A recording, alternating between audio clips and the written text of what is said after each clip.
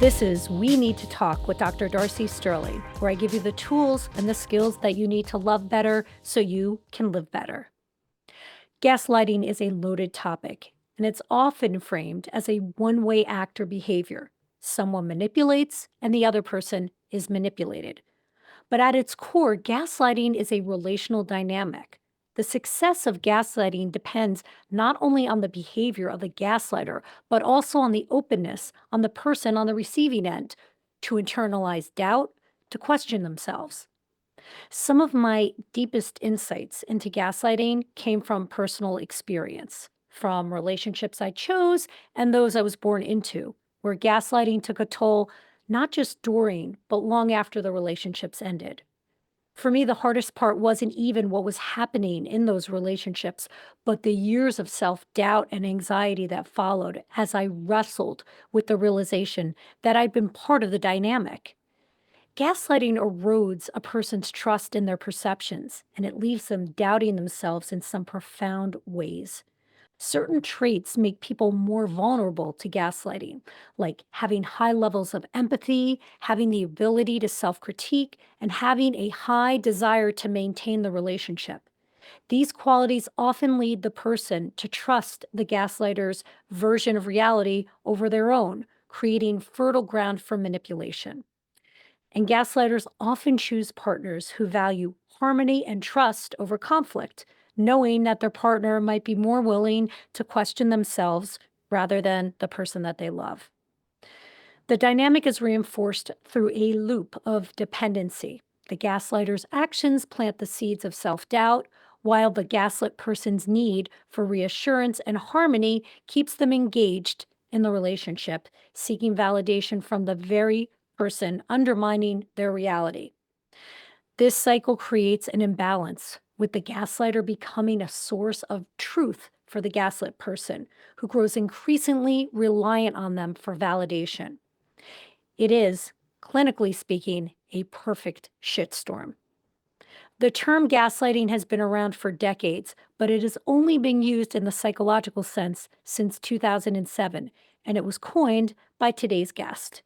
Dr. Robin Stern, author of The Gaslight Effect and co founder of the Yale Center for Emotional Intelligence, has spent years studying this insidious phenomenon and how we can break free from its grip. But I want to go beyond the basic definitions today.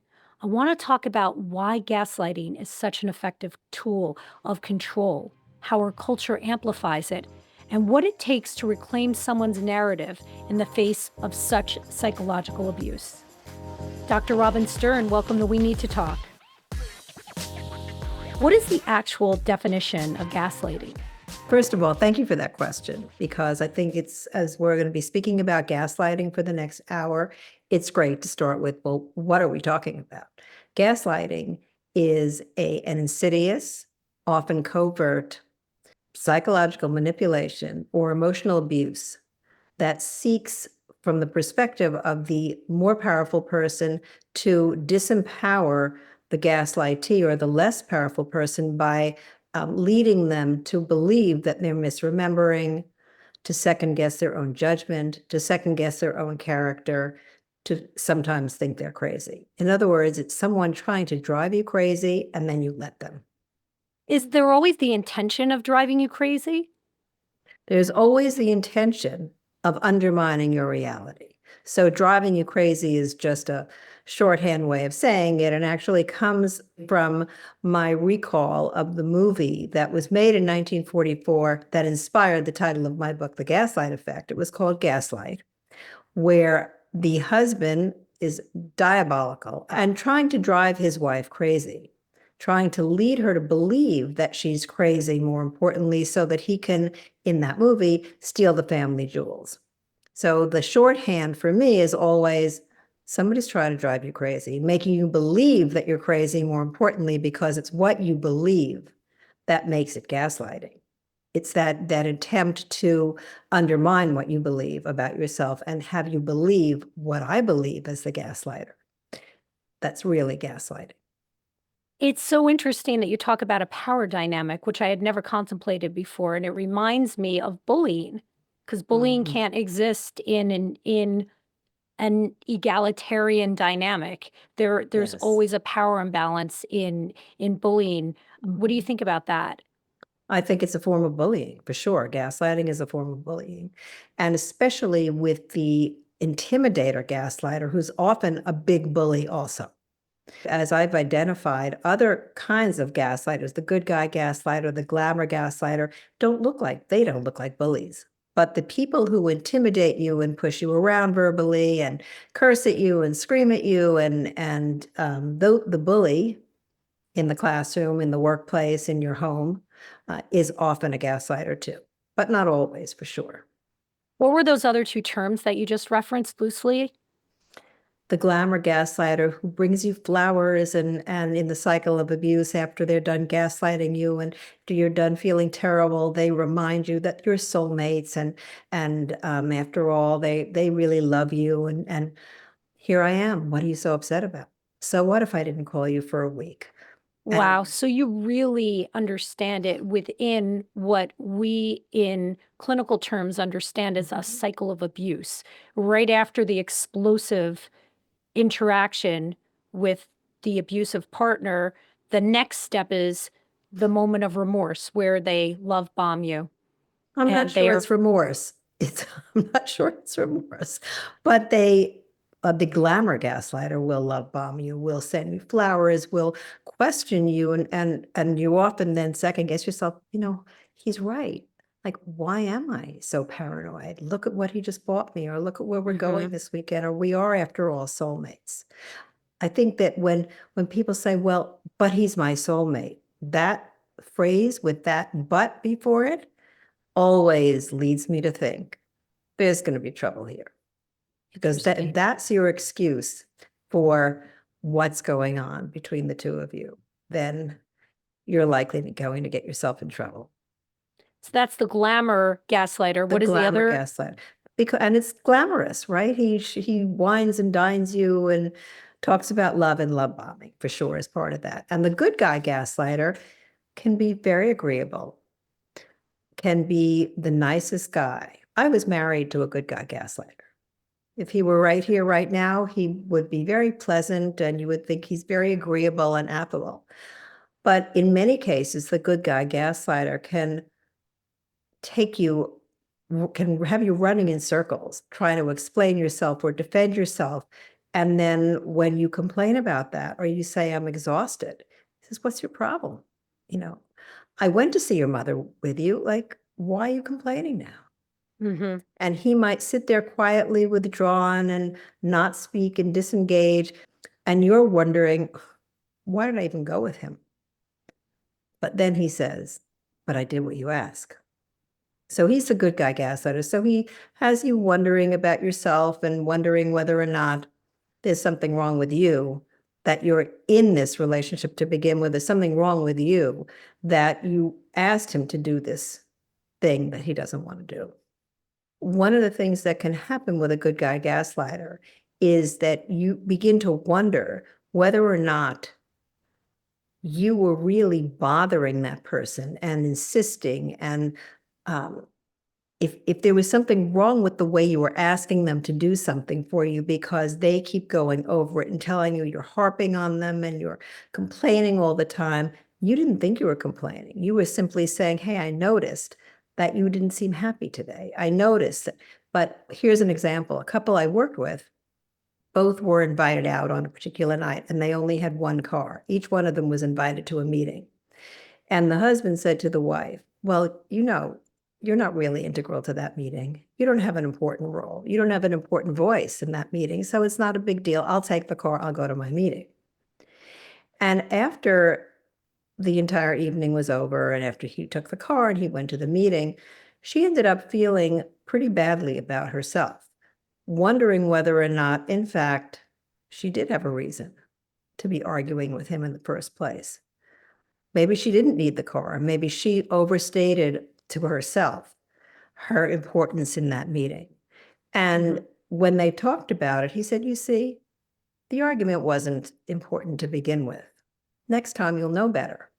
And so the entire night, the result of it was that she felt put down, even though he never raised his voice. He seemed like a good guy. I'm just going to my meeting. No big deal. And Right. no, it's true that you don't have an important role.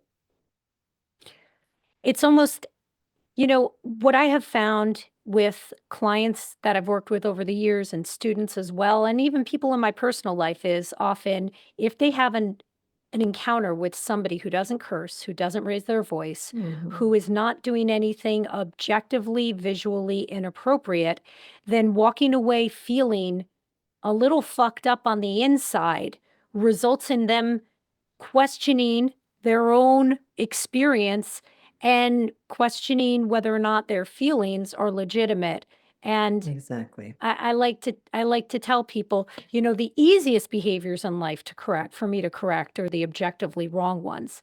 The covert ones like this, they're harder, but they're harder to correct because they're harder to identify for Mhm. most people. But you and I can see them, and Yes. so it's oftentimes the case that somebody who is on the receiving end of an interaction like that, they don't necessarily walk away from it being able to report to me something objectively awful or inappropriate that their partner or whoever they were speaking to did. And then because of that, they wind up questioning their own perception of the whole thing.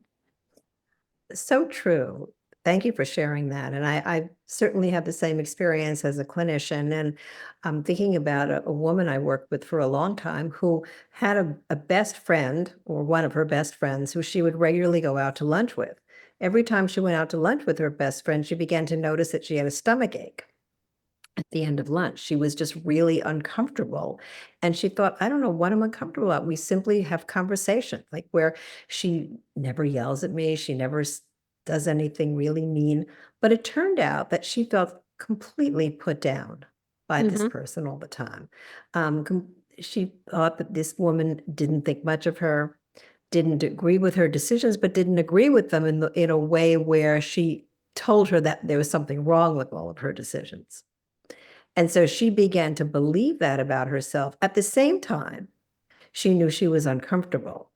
And it took a while before she was able to say, wait a minute, I'm not having lunch with her anymore because I don't need to be in that space where I'm believing bad things about myself when I really know they're not true. But when she's telling me them, they're true in that moment for me. It's interesting because what you're speaking to is the somatic felt sense, the physical Yes. response. So sometimes our brains don't process our discomfort, our emotional Mhm. discomfort, but our bodies will. Have you And she seen was that in your having practice?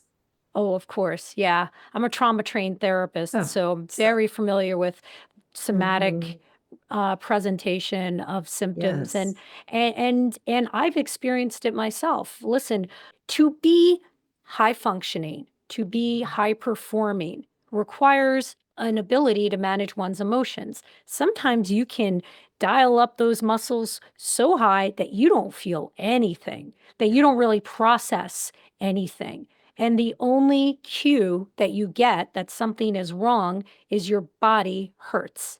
And I've Yes. absolutely been on the receiving end of that personally Mhm. as well. Yeah. Really is important to pay attention to your body because that's your body speaking, giving you information.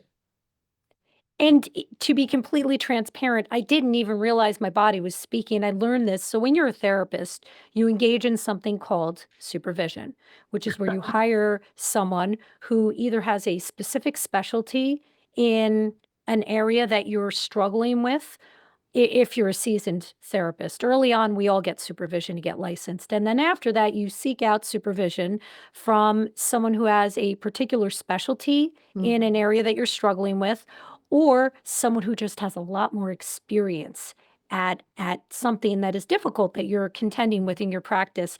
And it was through the course of seeking supervision that, I mean, I didn't even discover it. What was happening was I was having a client dissociate again and again and again in sessions as I was trying to get the initial assessment out of this client. And every Mhm. time we would get to certain questions, she would dissociate and I could not complete my assessment.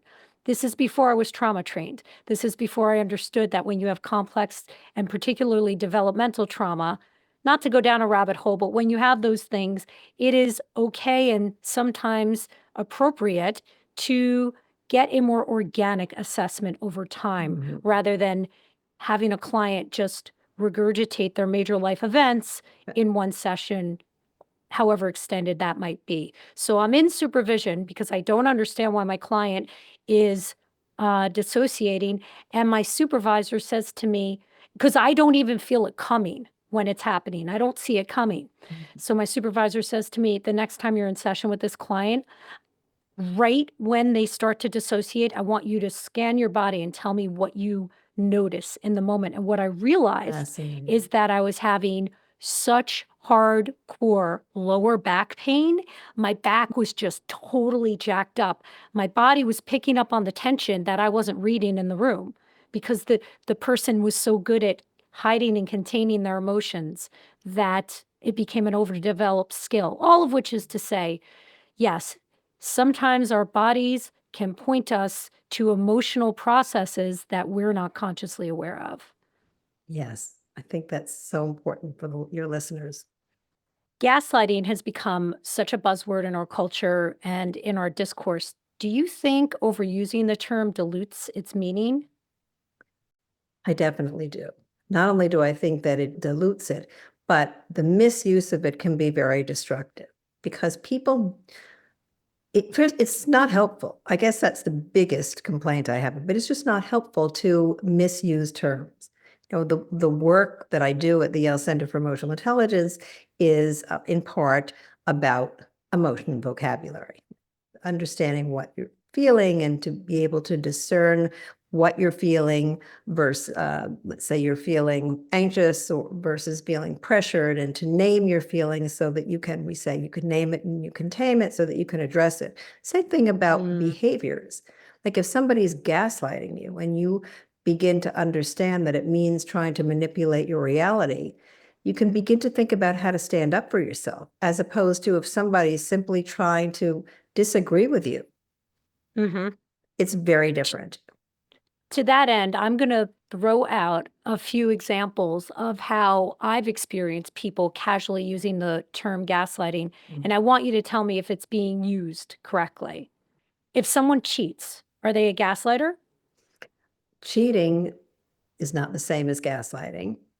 Gaslighting, the hallmark of gaslighting is that twist, that shift, that pivot in the conversation, that there's something wrong with you, where you're saying, honey, I know like you were out last night and maybe your spouse interrupts you and says, you're so paranoid. So it's not that the cheating is a problem, but it's not the Right. gaslighting. The gaslighting is your reaction to the problem being twisted into something wrong with you. Versus somebody who would respond to that question perhaps by saying, I am late, and the reason I'm late is because I had a flat. That is not gaslighting.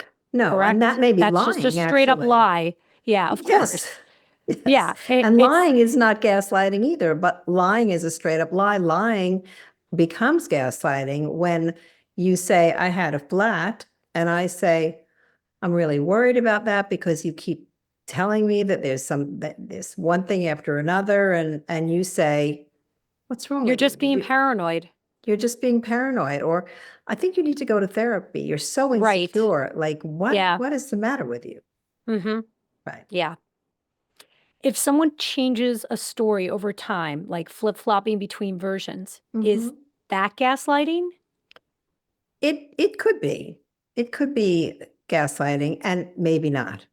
So it becomes gaslighting again when the story is, well, no, I didn't really say it that way. You must be misremembering it. So again, it's the pivot that you, the gaslighter, are talking to the person who's listening to the story and telling them that there's something wrong with them, wrong with their memory, wrong with their listening skills.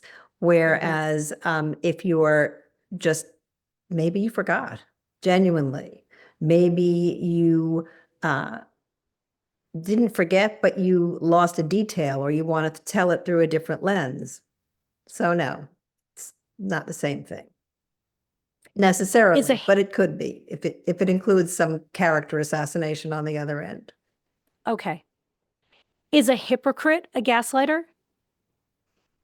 Could be, not necessarily. It depends. So a hypocrite is someone who I say I'm going to do something and I don't do it, and I mean, also could be a liar, but somebody who doesn't. There is a split between what the person says and what they next say the next day, or what they do the next day. Again, gaslighting is about your response to the hypocrite saying, well, wait a minute, you said this morning, you said that you would go with me. Now you're saying that you're not going to go with me. I never said that. You're not remembering it correctly. Honey, are you a little too stressed out today? It's the too stressed out today part that makes it gaslighting. Yes, The it's part that there's before some. it was just lying. Yeah, exactly. Okay. Lying. And the too stressed out is that now I want you to focus on you. Because if I say to you, Darcy, like I'm feeling like you aren't treating me well. Are you angry at me or something? And you say to me, Robin, my goodness, you are so sensitive. Like I've noticed that about you. You're so sensitive. So now I'm walking away from the interaction. I still don't know why you're treating me badly. You never even said anything about that. You certainly didn't apologize. And instead, I'm thinking, I better work on being less sensitive friend, less sensitive to nuances. Versus if I were to say, let's just say I don't want to disclose to you why because maybe the reason I'm being harsh to you is that you remind me of someone in my life that I'm having difficulty Exactly. with, and I don't want to go into that whole thing with you. If I Exactly. were to just attribute it to like, I'm just stressed out from work, or that just makes me a light liar or a liar. Exactly. That's not the same thing as gaslighting because I'm not pivoting the focus onto you and there being something wrong with you for even thinking that this is happening. Is that right? Exactly. That's exactly right. That's exactly right. Can gaslighting occur unintentionally, or is it always a deliberate act of manipulation?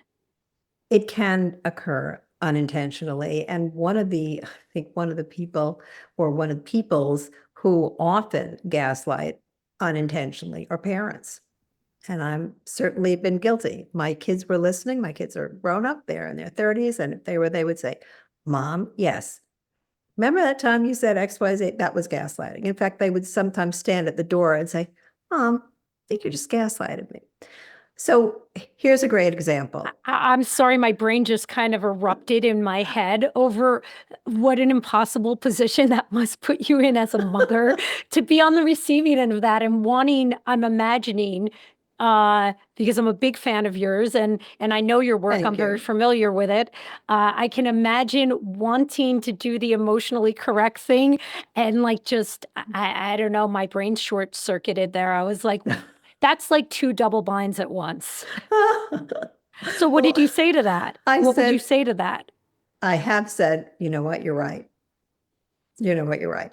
And here's a really good example. I was working last year with a wonderful young woman who was a teenager, and she was at the age where her friends were starting to go to concerts without their parents. One of her friends had said to her parents, let's call her Natalie, this friend, and said, I want to go to this concert.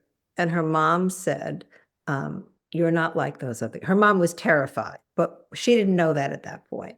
So out of her fear, and this is the point of my story, she began to make up reasons that Natalie shouldn't go to the concert. So she would say things like, the bad girls go to that concert, or people who are potheads go to that concert, or people who do drugs go to, and I didn't think you were like that. Are you one of those kids? Oh, that's rough. And so over time, Natalie began to think, wait a minute, what's with my judgment? Maybe I didn't realize, am I really like those kids? I'm not like those kids, but why would I then want to go to a concert where that's who goes to those concerts. So the end result of it was quite challenging for Natalie because it went on over a period of time where she tried to convince her mother, and her mother came back with all these different reasons that were essentially gaslighting and manipulations about why Natalie shouldn't go. And it was simply because she was too afraid to say, "You're not going. I'm the Right. mom. I don't like this. It scares me." Or, "You are going. I'm going to send you in an Uber, or I'm going to drive you. I'm going to wait downstairs and you let me know when you're finished."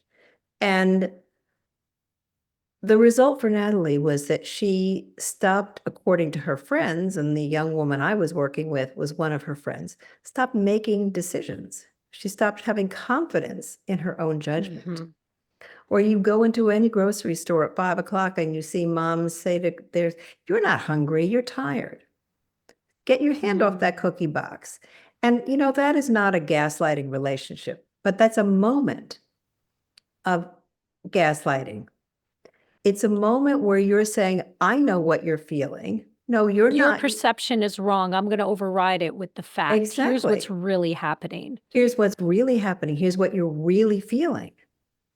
And that over time, the accumulation of many moments of that can be very destructive, because then you think, "I don't know what I'm feeling. Like, maybe let me ask my mom."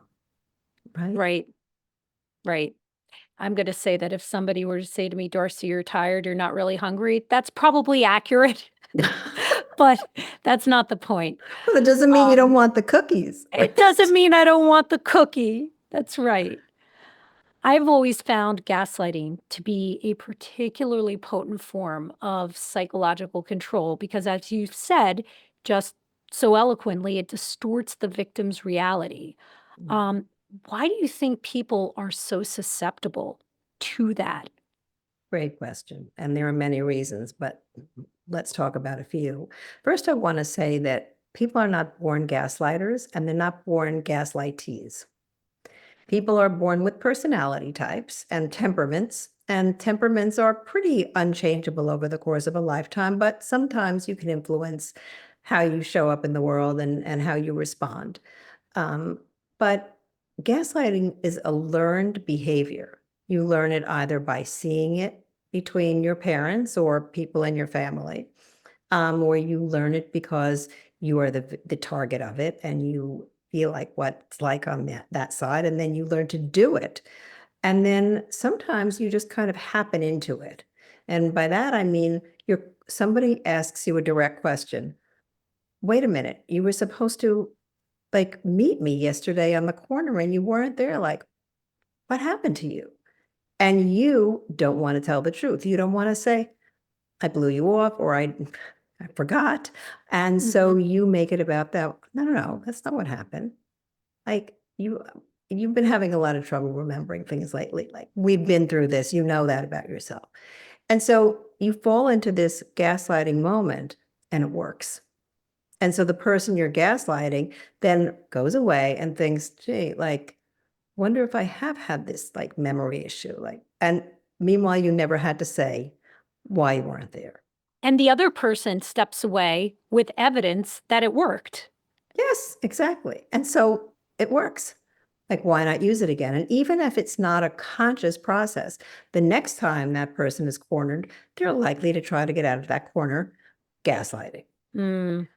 Husband and wife came to me, and the husband, on his own, without her support, decided to sell one of their investment properties. But it happened to be an investment property that they had furnished together, and included in some of the furnishings in that effort to furnish were some of her furnishings when she was younger. So she was very attached to them. And she said to him, "Wait a minute, I know this is business and you didn't do it to be mean to me, but I want to, thank you for letting me know now because I want to get my stuff out of there." And he said to her, "It's gone already. I had the moving vans take it out so somebody else could take the property. The people could move in or get the property tomorrow or next week." I don't remember the exact details of that. But what I do remember is that when she came to me, she said to me, I said to my husband, like, I can't believe you did this to me. And he said to me, you are so ungrateful. I That just told you he put himself out and took care of all of that for her. I did this and I put money in our bank and you're complaining about your stupid childhood furniture. Like, come on. You are Yeah. so ungrateful. And repeated it. And over time, repeated it. And she came to my office and said to me, I don't know if I'm ungrateful. I never thought about myself that way. What do you think, Dr. Stern? And what did you think? I thought that she was being gaslighted. Yeah. Support for this episode comes from Mindful Care. Right now, it feels like the cracks in our society have grown deeper. Political polarization, economic uncertainty, and constant stress can leave anyone feeling stuck. Mindful Care offers same-day access to expert clinicians and personalized treatments to help you feel like yourself again. And they accept all types of insurance, so support is just a call or a text away. Contact Mindful Care at 516-505-7200 or visit mindful.care to book your appointment today. When I start working with a new client, I have them measure their character strengths. And it is my belief that whatever their weaknesses are, those are actually just strengths dialed up too high in the wrong environment. Do you think someone who scores high on critical thinking and the ability to self-critique is more prone to being gaslit? It's possible because if you are used to looking at your behavior and going over it critically, let me think, do I really need to know the answer to that? And if you are not only going over your own behavior, but thinking about the way the person responded, he seemed so outraged when I told him that, he was out for 3 nights in a row. And so maybe I'm overthinking it. And so in overthinking it, maybe they're accusing themselves of overthinking it. I think it can definitely take you down the rabbit hole of deciding there's something wrong with you. Because I'm thinking to myself that there are many people in the world, I'm sure you run into them, who, upon being told that they did something that either landed on another person in a negative way or they did something wrong, their instinctive response is to deny because they have fragile egos. And I didn't do that. I didn't do that. That person to me has a different set of problems, but is a little insulated from being a victim of gaslighting. No, because like they're not willing to self-critique. Like they're not gonna be as manipulatable. Is that a word? That's As a word. easily manipulated as somebody like me, who is all I do is look inside into the vast darkness of Right. confusion that is me. Right. But that's all I do. Right. I mean, we are as clinicians intended to create safety with our clients. I set up my relationships from the very beginning, letting them know that I will at some point unintentionally hurt them, that I need them to tell me when I do. Yeah. So I am Beautiful. very well versed at looking within because I would never mean to hurt somebody who's a client. I don't think I would ever mean to hurt somebody who's not a client, but maybe I could. I don't know. I don't think I could, but maybe I could. The point is that like because I'm in my 29th year of practice of self-reflecting, and at least every other month I have a client before me who is bold enough and trusts me enough to tell me that I hurt them so that I can model for them how to repair. But in the process of that, I'm certainly taking in their perspective and questioning whether or not I could have done something differently. And I do think that that makes me in particular prone or more vulnerable to the the experience of gaslighting. What do you think? I think that is absolutely true because you're going to second guess yourself. Or sometimes we second guess ourselves to the point where we're gaslighting ourselves. Mhm. But I think that that certainly is one thing, and I just want to say that I think it's beautiful that you say that to your clients and that you give them the space and the permission to come forward and talk to you about all of their feelings, including ones that they may be Yeah. having in response to you. So I think it's beautiful. Um, Thanks. and I think there are other things also that set people up to being vulnerable to gaslighting, like I was someone just going to who ask, childhood experiences? people who accommodate to their parents' wishes, people who accommodate so much that they're giving up pieces of themselves. And we as clinicians call that pathological accommodation. But it starts out not pathological. When you're an adult and you're just accommodating. Okay, so, he thinks that's a little weird. I won't do it anymore. Or he says I'm too sensitive. All right, I'll let it go. And so, or he thinks that here's a great example, painful example of gaslighting and accommodation. Couple I work with, the guy was very jealous and didn't like it when they would walk in the neighborhood, and even though they were holding hands and they were clearly together, his woman is very friendly and would greet people as they greeted her on the street, and he said, I really can't take it, they're flirting with you. And she said, they're not flirting with me, I'm just friendly. And he said, listen, I can't take it. I think it's really wrong. And you don't even realize you're flirting with them. And I've had enough of it. When we walk down the street, I want you to look at the sidewalk from now on. Don't look up, look at the side. Mm. And she said, that's kind of ridiculous. And she told me later on that she felt a little weird about it, but she started to do it. I And mean, if she lives in New York City, she's going to get hit by a bus. maybe she should have said that. But she started to do that, and lo and behold, they weren't arguing anymore. So he said, you see that, you did that for me, and it stopped the fighting. And so he said, I have another suggestion. When we sit in a restaurant, I would like you to face the wall, because if you face the wall, then there won't be any chance that people are going to greet you, and you won't be tempted to flirt. I know you say you're not flirting, but you are obviously flirting. And so she did that. And that's when she started therapy, because she came into my office and she said, I did this. And I know it was successful when I was walking and looking at the sidewalk, but I just don't feel right about it. I just don't feel right. So she was accommodating to the point where she was giving up what she knew to be true about what was okay and what was not for her. And so that's what left her uncomfortable, because she was violating her integrity at that point. Like, she knew that that was not okay. The other thing she wasn't so sure about.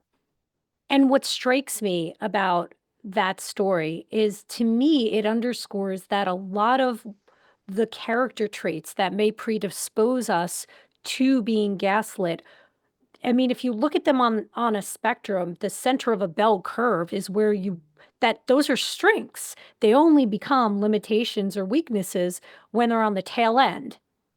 Either tail. Dialed down too low, they can't accommodate, they're not cooperative. How are you going to get along in life? Who's going to work with you? Who's going to marry you? Who's going to be your friend? Exactly. Nobody. Mhm. If they're dialed up too high, they then make you vulnerable to having this strength used against you, as weaponized almost. Yes, exactly.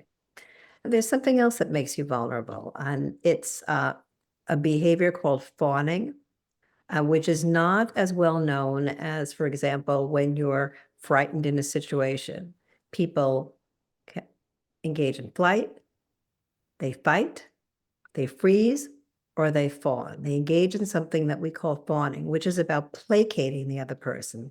So, no, I didn't really mean that, honey. I'm very sorry.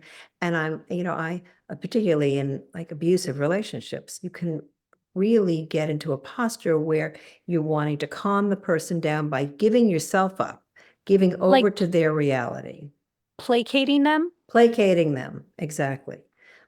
The exaggerated, the at the limit of your people pleasing skills, the exaggerated version of that. And you're doing it to get them to calm down so you don't feel in danger anymore. Mm-hmm. And people pleasing in and of itself leaves you vulnerable. being a woman and being taught that we need to be in an empathic position. Like, I mean, empathy is amazing. It's the nourishment of relationships, right? Often it's really beautiful to be in a relationship where you're giving and receiving that empathic response and you're tuning in. When your empathy puts you in someone else's shoes for too long and you forget you have your own shoes, you're in When trouble. it's dialed up so high that it's codependent. Exactly. Where you don't even see your own perspective anymore, where you're only seeing and feeling from someone else's perspective. So that when somebody is horrible to you, gaslighting you, telling you there's something wrong with you, you're thinking instead, no, his mother didn't teach him the right way to talk to women. Right. His last relationship, you're in this trap where you're explaining away his behavior by trying to stand in his shoes and see what he sees. Instead of seeing it dialectically, which is to say that, of course, bad things created these behaviors or a predisposition to behaving this way in somebody else, and also it's fucked up and you don't have to tolerate it. And also, I don't like it. Right, That's also right. like, You I don't like it, understand. and you're both adults, and at a certain point, we're responsible for fixing our baggage that we didn't cause necessarily. That's Oftentimes, right. it comes from childhood. Right. But at a certain point, we are responsible for fixing it ourselves. Yeah. And Exactly. And I think one of the other ways that we get trapped in that false empathic position is when we are trying to make sense of the world. And we're always trying to make sense of the world. But if I go out with somebody and they don't call me for a week and then we go out again and we have a great time and then they don't call for a week, I'm trying to figure out why they didn't call me rather than thinking, do I like going out with somebody who didn't call me for 5 days in between our right. dates? No, I don't. What is the difference between being gaslit and just having a different perspective about how something went down? Having a different perspective is something that happens all the time, people, or very often, right? We see something, we see an event, we see a person, and we just happen to live in a world where there's politics. We have a different perspective. Gaslighting is I hear your perspective and I tell you there's something wrong with you. Not just that I don't agree with you or that, or even that's the wrong perspective, but you don't, if you knew how to think clearly, you wouldn't have that perspective. I've always been worried about that, or there's something really wrong with you for the way you think. Have you spoken to anyone about that? Like, you persist in talking about this perspective that you have, and obviously it's really messed up, and everybody knows it. But what I wanted to say, and what I think is important also, is to remember we were talking about what's gaslighting at the beginning, and gaslighting in the way that I wrote about, and I think in the way that we're talking about it, is a dynamic that is ongoing in a relationship. A gaslighting moment, like, you can have a different opinion than someone else. And often, like, fighting or having a different opinion is healthy. Kind of bump up against each other. You define your own opinion, but you see things more clearly, perhaps. Things get into more focus when you are coming up against an opinion that's different or an attitude that's different. And so there might be an attempt to gaslight you in the moment, but then if you say, well, no, that's not the case. I have nothing wrong with my memory or nothing wrong with the way I'm seeing things. I just don't agree with you. Then you're standing up to gaslighting. And if it doesn't happen again, then you had a gaslighting moment with that person, but it's not a gaslighting relationship. And people are in trouble when they're in gaslighting relationships. The longer it goes on, the worse it is. The number of times that you second guess yourself, that you question yourself rather than getting to the bottom of whatever it is you were talking about, as that increases, your self-esteem over time decreases. Your sense of being unmoored increases. Your sense of being destabilized increases. That makes so much sense. And I have seen that both professionally and personally, that the compound wound that a gaslit person walks away from a long-term relationship with is disbelief in their own ability to see the world and make sense of That's it. right. That is the worst aspect of it. We can all withstand intermittent gaslighting and, Mhm. perhaps would choose not to be in a relationship with someone if we were clear that that's what's happening. Right. But when you've withstood that for years and the muscles are grooved into your nervous system Exactly. to question your feelings, your perception, your everything, and then you know that you got everything wrong. It moving on throughout life, there's a learning curve of healing that has to happen before you feel like you can actually stand on legs that won't crumble. Exactly. So there's a learning curve, and there is a ghost of gaslighting that follows you. And Mm, that ghost of so gaslighting good. can be like really scary. So how do if you tell me going out tonight and I say, where are you going? And you say, with a work colleague, I may not even want to question that, not even want to tell you, really, I'm a little tense about that in my last relationship. It didn't work out so well when I questioned where my partner was. Maybe I'm afraid because I don't want to get gaslighted. Because Mm. when you confront a gaslighter, what usually happens is the gaslighter then doubles down on the gaslighting. Oh, really? Did you go to therapy today? That's where you came up with that idea. You know, and so it can be very, very scary to say what you feel, to stand up. That's so deep. That is so, so deep that you walk away or you could walk away from a gaslighting relationship with a lower propensity to ask clarifying questions for fear that Yes, the exactly. partner's going to feel backed into a corner and they're going to gaslight you. That's right. Wow. Would you say that it's a fair takeaway that if you're worried about asking a clarifying question to your partner, it means there's some work to do on yourself, if not the Absolutely. relationship? And it's also an invitation at another time to bring that up. Like, Mhm. hey, when we're in the middle of these things, sometimes it's scary for me and help me by giving me some details if you can, if you want to. Because we don't do these things alone. We get into a dynamic and the dynamic, as we were talking about earlier, is reinforced for each one of us, whatever we're We doing.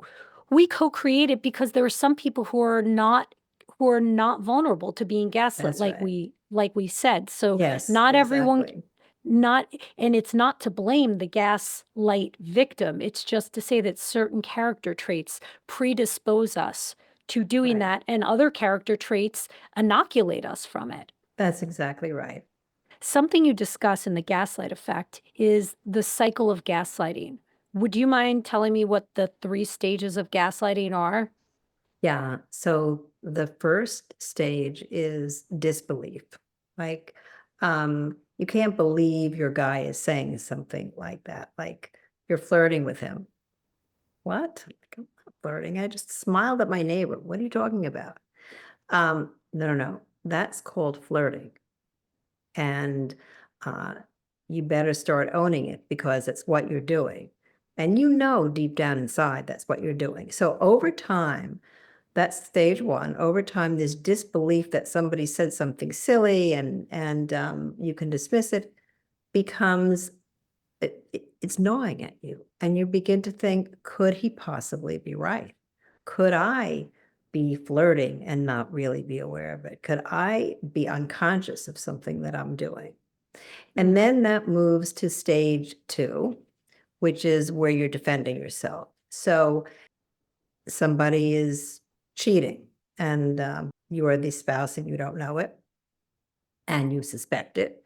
And so you're asking questions and you're getting into a back and forth where you're so paranoid. No, I'm not paranoid, but you're not helping me because you were out three. No, I wasn't out 3 nights. And so you're starting to have an argument where you're focusing on the facts and who's right and who's wrong. And this happens very often, for example, in the workplace, where people are focusing, that wasn't my deadline. I don't know, there was your deadline, and Joe was in the room and Tom, and we all said that, no, that was not my deadline. Nobody said that to me. Well, I'm sorry, you're just misremembering. In fact, didn't you say you were in menopause right now? Like maybe that's the reason that this is going on. And so in stage 2, you find yourself leaving that room and you're ruminating. You're going over and over that conversation in your mind. Well, is it really crazy to look at that back wall, or am I making too much of it? Like, okay, well, I looked at the sidewalk and that was okay, but why am I making such a big deal? After all, he does love me. He bought me flowers yesterday. We have such a great relationship. And he said, and so then you're going back and forth. And one of the things that I always come back to with patients and clients is it's much less important who's right and wrong about those details, and much more important how you feel in those moments.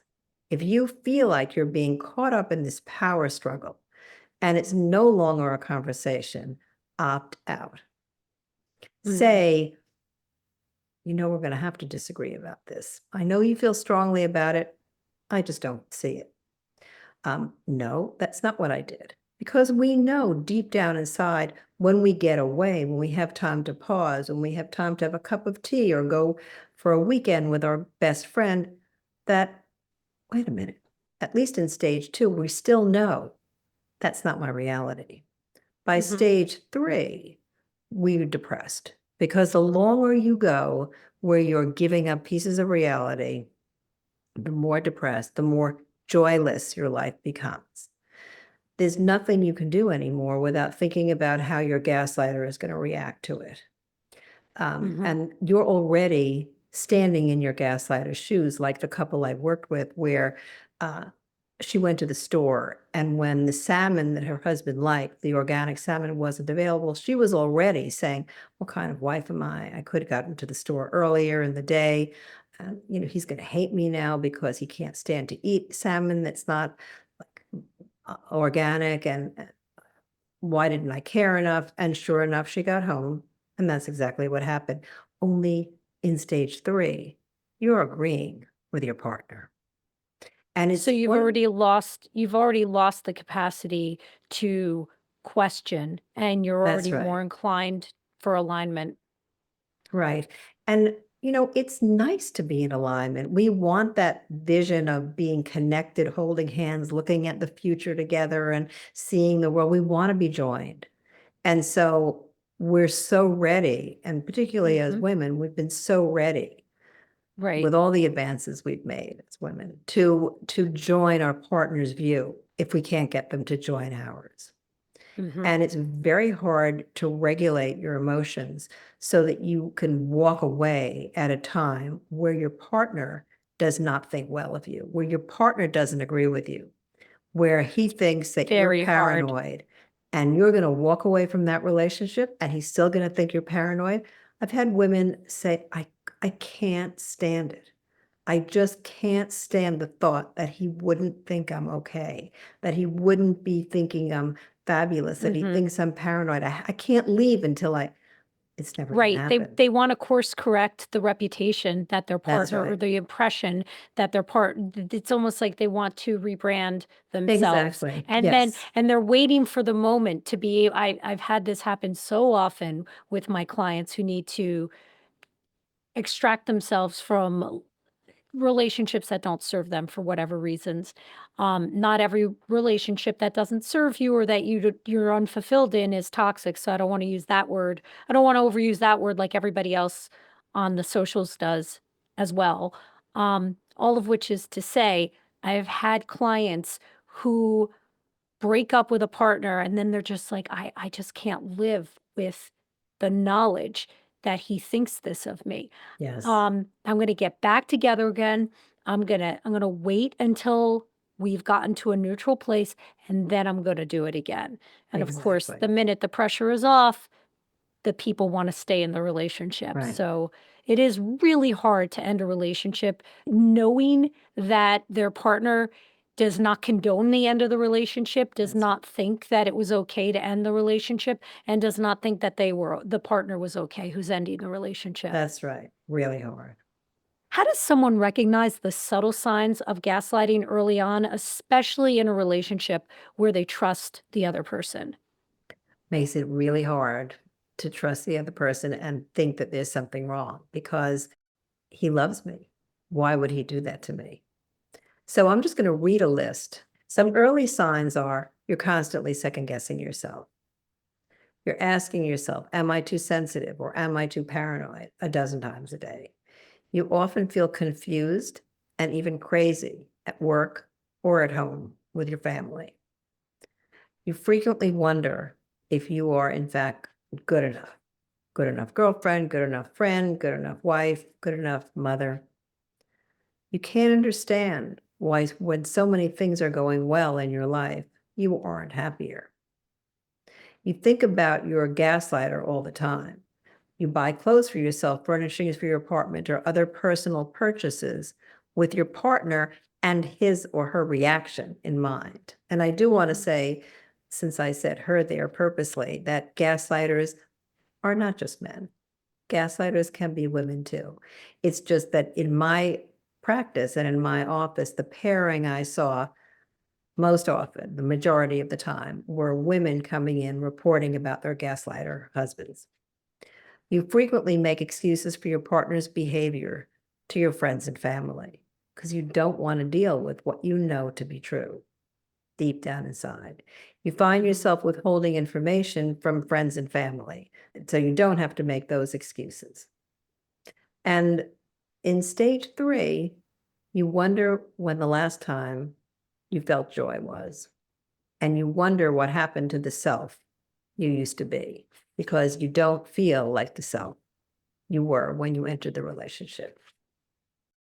That's quite a list there. There is a moment in your book where you talk about the awakening, the point at which the gaslighting victim finally realizes that they are being manipulated. And I am fascinated by the idea because it kind of suggests a turning point. So I'm wondering what that looks like and how our listeners can possibly, I mean, is it possible to provoke your own awakening? It's certainly possible to provoke your own awakening, but let me tell you what usually happens. It's Hmm. often a third person who comes into the picture. And here's an example. In the couple I was telling you about, where the woman was facing the wall because her boyfriend said, face the wall when we eat out. At some point, they had lunch with a friend of hers. And when they went to choose seats, she said, oh, no, no, I have to face the wall. So when they left the restaurant, her friend said, why do you have to face the wall? And she said, well, Hmm. because that way I won't be tempted to flirt. Or, I didn't even realize it, but he told me I was flirting. And her friend said something like, you have to be fucking kidding me. Hmm. Sorry for the language, but that's what her friend said. And that, as I said to you, that was when she came to therapy. This person started therapy. And she said, and what my patient told me was that she knew all along Hmm. that something was wrong, but somehow when her friend said it, it gave her permission to wake up. In the movie Gaslight, there's a moment where a third person, who's played by Joseph Cotton, he is playing a neighbor in the movie, comes in and he says something to her. He and says, well, you know who's walking on that roof. I mean, the details won't be recognizable if you haven't seen the movie, but you can see in her facial expression, she knows. And very often, way before I wrote about gaslighting, and I'm sure you've experienced this too, you realize or you hear from people, wait a minute, I really did know that. I just didn't pay attention to it. Like, that was true. I had this weird feeling. Or on our second date or on our third date, he said this thing and I just thought that was weird. Hmm. So it is kind of a moment where things shift because you can't deny it anymore. That is quite profound. And this is why it's so important for us to not be isolated from our tribe, to be Exactly. vulnerable and let our friends and family see what's going on in our lives and So important. lean into the protection that comes from good, close relationships. Yes. Dr. Robin Stern, thank you so much for this conversation. This was great.